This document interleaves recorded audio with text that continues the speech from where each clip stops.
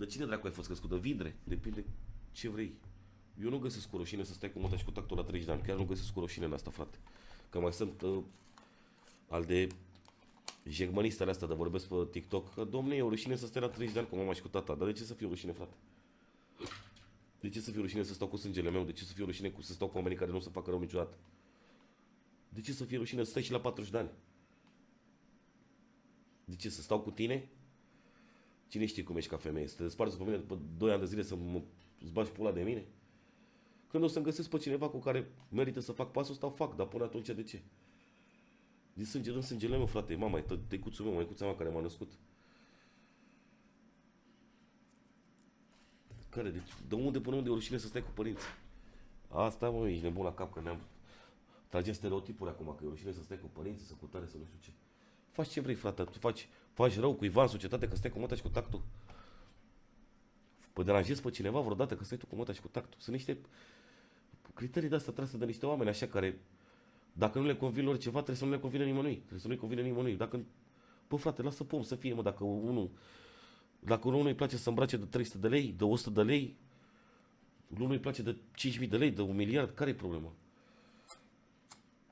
La sără de 25 de milioane le pun la 23 de ani, dar asta zic, mă, nu mai ascultați, mă, de lume, mă, vedeți-vă de principiile voastre și de ce vreți voi.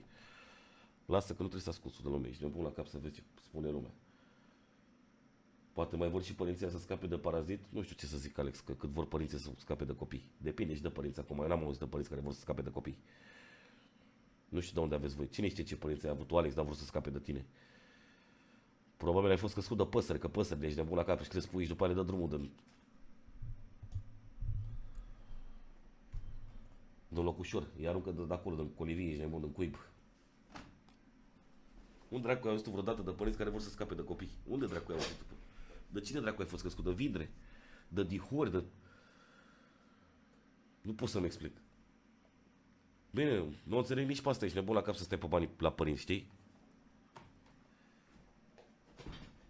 Stai că eu când am muncit un depozit, se ruga de mine să nu mă mai duc la muncă, să-mi dea el banii, ești nebun la cap, că muncea la depozit, dar rupeam cârca de la 6 dimineața până la 10 noapte. Și se ruga de mine să nu mă mai duc la muncă, să mă ține el.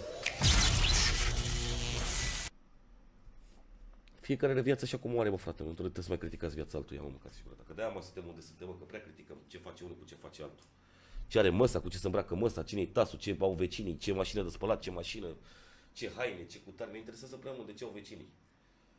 Câți bani face ăla, câți bani face ăla, câți bani face ăla. Dacă tu îi dai la unul hate că face bani și că ăla ești nebun la cap, ce câștigi? Că ăla face bani și tu dai din gură.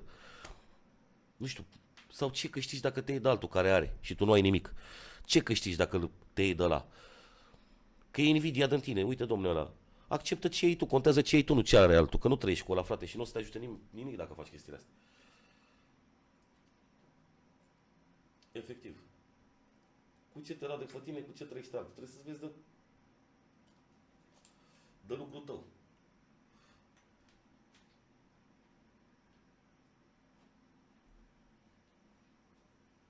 Eu așa am scăpat de invidie, frate.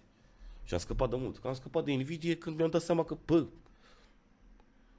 dacă sunt invidios pe ăla care, ce mă ajută pe mine, mâncați-și gura, că la finalul zilei tot n-am ce să mănânc. Ce crezi, că primești ceva în plus?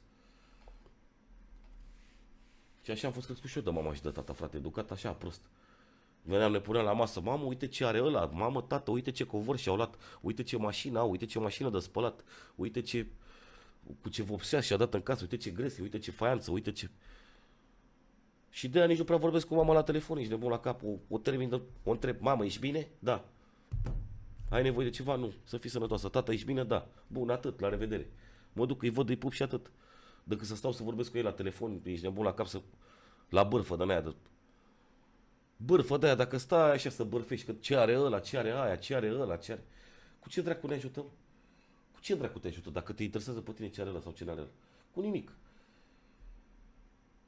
Mai speriați dracu și timpul vorbind de alții. Pă bune, să moară, mă. Și nu contest, că așa suntem educați și crescuți. Să mor dacă te iubi. Prost, așa.